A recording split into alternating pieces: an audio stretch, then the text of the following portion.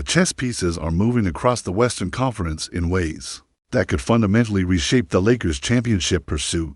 And the name that keeps surfacing in conversations around the league is someone LeBron James knows extremely well.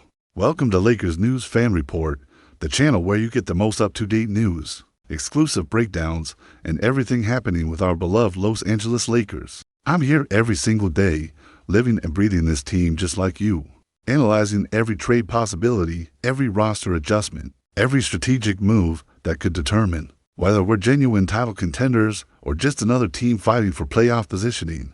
And what I'm about to share with you today involves a veteran scorer who has been one of the most consistent mid-range assassins of this generation, a player whose current situation is deteriorating rapidly and a potential pathway that could bring him to Crypto.com arena in purple and gold before the trade deadline hits.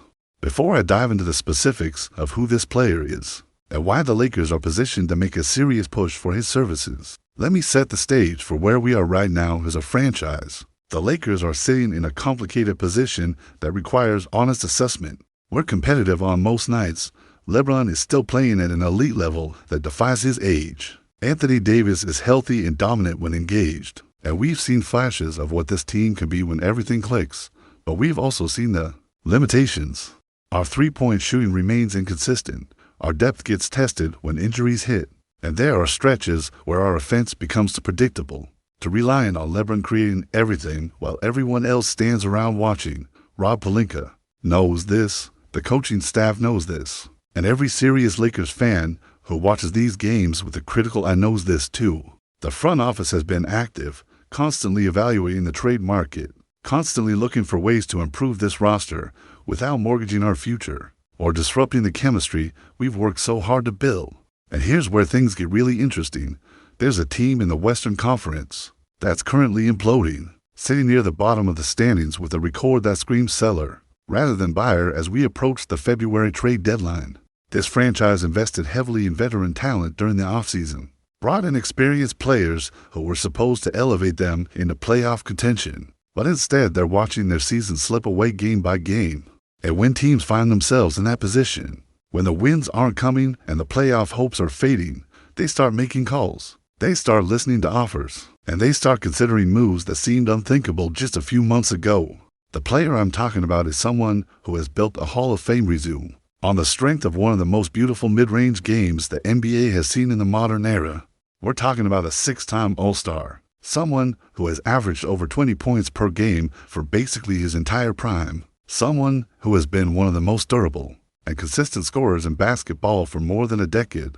But this season, for the first time in a very long time, we're seeing numbers that don't match his historical production. His scoring average has dipped to levels we haven't seen since early in his career. His efficiency isn't where it normally sits, and perhaps most telling, his team is losing at a rate that makes it almost impossible to justify keeping expensive veterans when you could be developing young talent and positioning for the future.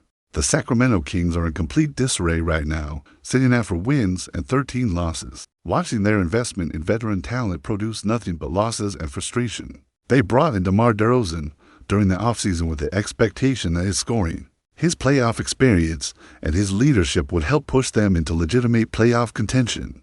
Instead, they're one of the worst teams in the Western Conference.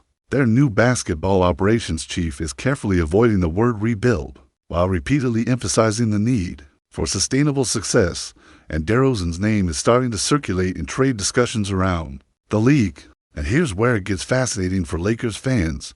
Derozan is a Compton native, a Southern California kid who has never played for either Los Angeles franchise, despite spending his entire career dreaming about what it would be like to represent his hometown. Now, I know what some of you are thinking right now.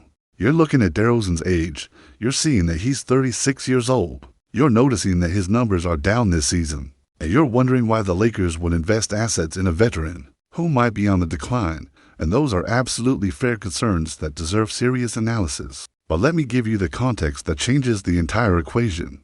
Derozan's struggles this season aren't happening in a vacuum. He's playing on a dysfunctional team with no spacing, no defensive identity, and no clear offensive system. His assist numbers are down because he doesn't have quality teammates making shots around him. His Scoring efficiency is suffering because defenses can load up on him without worrying about Sacramento's surrounding talent. Put that same player in a Lakers uniform, surrounded by LeBron James and Anthony Davis, playing in a system where he's the third option rather than being asked to carry the entire offensive load. And you're looking at a completely different player. Let me paint you a picture of what Demar Derozan would look like in a Lakers uniform, and I want you to really visualize this because it's important. Imagine our offense in crunch time situations. Those moments in the fourth quarter when the game is on the line and we need a bucket. Right now, defenses know exactly what's coming. LeBron is going to have the ball. AD might get a post up, and everyone else is standing in the corner hoping to get an open three. Now imagine adding Derozan to that equation. Suddenly you have three legitimate isolation scorers who can create their own shot in any situation. You have a guy who lives in the mid-range, who can get to his spots against any defender, who has seen every coverage the league can throw at him and knows how to counter it.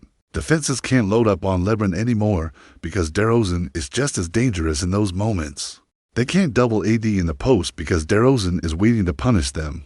That's the kind of offensive versatility that wins playoff games. And let's talk about the playoff experience factor, because this is something that cannot be overstated. Derozan has been to the playoffs multiple times. He's played in high-pressure situations. He's been in series against the best teams in the league, and he knows what it takes to perform when the stakes are highest. Yes, he's had some disappointing playoff performances earlier in his career, but he's also shown growth. He's adapted his game, and he's proven he can be effective in different roles, depending on what his team needs. The Lakers aren't asking him to be the number one option, carrying the entire load like he was in Toronto. They're asking him to be a complementary scorer who can take pressure off LeBron and AD, while providing veteran leadership and playoff savvy. That's a role he's perfectly suited for at this stage of his career. Now let's address the financial and trade logistics, because this is where things get really interesting and where the Lakers actually have a realistic path to making this happen. Derozan's contract situation is fascinating. He has a partial guarantee on his deal for next season, approximately $10 million of his total salary. That structure makes him more attractive as a trade target because teams aren't committing to the full amount long-term, and it gives flexibility for roster construction going forward. From Sacramento's perspective, if they're committed to pivoting toward a younger core and building for sustainability, rather than trying to salvage this season, moving Derozan makes sense. They get off a significant salary, they potentially acquire assets that fit their timeline better, and they give themselves flexibility to reshape their roster. From the Lakers' perspective, the question becomes what assets would Sacramento want in return? And do we have the pieces to make a deal work without gutting our core or sacrificing our future? This is where Rob Pelinka's creativity and negotiation skills come into play. The Lakers have tradable contracts, they have young players who might appeal to a rebuilding team, and they have future draft considerations that could sweeten any deal. The key is structuring something that works financially, that doesn't destroy our depth, and that Sacramento views as acceptable value for a veteran they're probably going to move anyway. And here's the thing, when a team is sitting at 4-13, when their season is clearly lost, when they're facing pressure to make changes, they're not in a position to demand maximum value.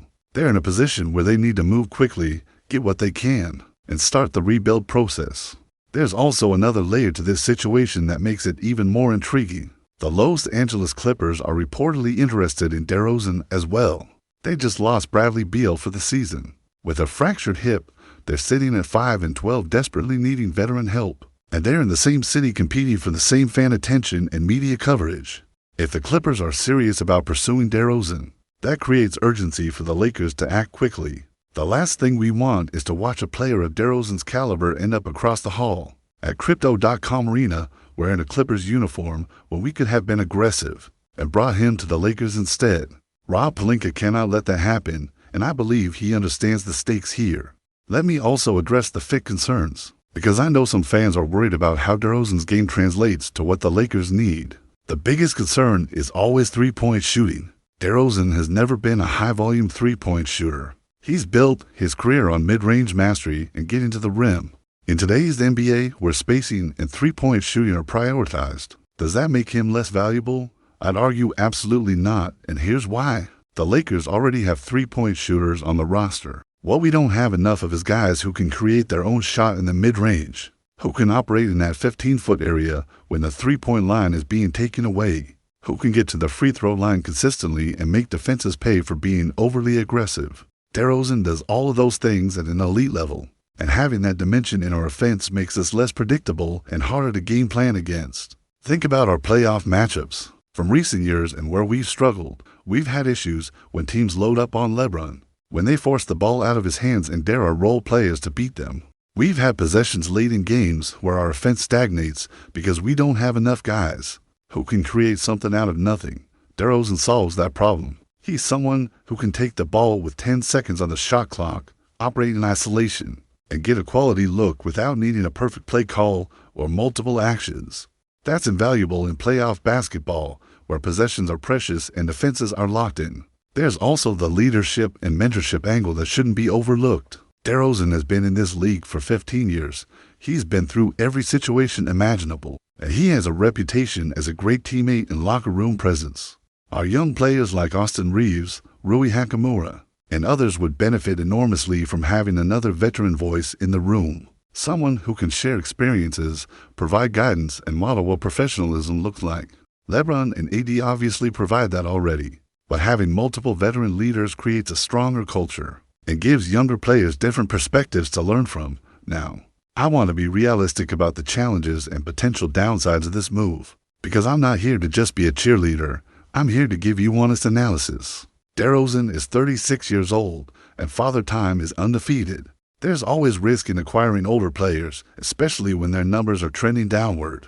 There's the possibility that his decline is real, that he's no longer capable of being a consistent contributor, and that we'd be trading assets for a player who can't deliver what we need.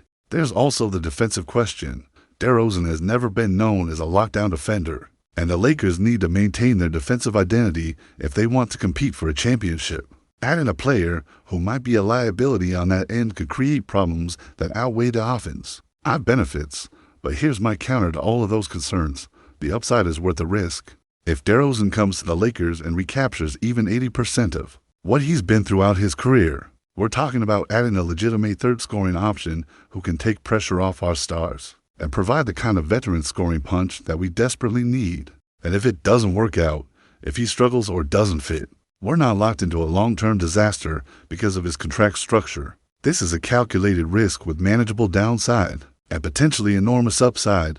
Those are the kinds of moves championship teams make when they see an opportunity to improve. I also want to address the hometown narrative because I think it matters more than people realize. Derozan grew up in Compton. He's a Southern California kid through and through, and playing for the Lakers would be a dream come true for him. That kind of emotional connection, that desire to succeed in front of your home fans and represent your city, can be a powerful motivator. We've seen countless examples throughout sports history of players elevating their game when they get the chance to play for their hometown team. Derozan is at a stage in his career where legacy matters, where he's thinking about how he'll be remembered, and the opportunity to help the Lakers win a championship while playing in front of family and friends could unlock something special in him. So here's my bottom line analysis after considering all the factors, all the potential benefits and risks, all the fit questions and financial considerations. I believe the Lakers should be aggressively pursuing Demar Derozan if Sacramento makes him available. I believe he addresses real needs on our roster. I believe his skill set complements what LeBron and AD bring to the table. And I believe the hometown connection could create something special. Yes, there are risks. Yes, there are questions. But show me a trade that doesn't have those elements. The Lakers are in win-now mode with LeBron's window closing, and we cannot afford to be passive when opportunities like this present themselves. Rob Pelinka needs to be on the phone with Sacramento right now, needs to be putting together the best possible offer, and needs to make sure we don't lose out on this opportunity to another team. Now, I want to hear from you, Lakers Nation, and I want your honest, unfiltered thoughts. Would you support a trade for Demar Derozan? Do you think he's the missing piece that could put us over the top? Or are you concerned about his age and fit? What would you be willing to give up to make this happen? Drop your opinions in the comments below, because this is exactly the kind of debate that makes our community special, and I read every single comment. If you made it this far, hit that like button to support the work I'm doing here every day. Subscribe to Lakers News Fan Report so you never miss breaking news or in-depth analysis, and turn on notifications because I'm bringing you everything you need to know about our Lakers every single day. This is our championship window. This is our time, and I'm here to cover every moment of it with you. Lake Show, forever.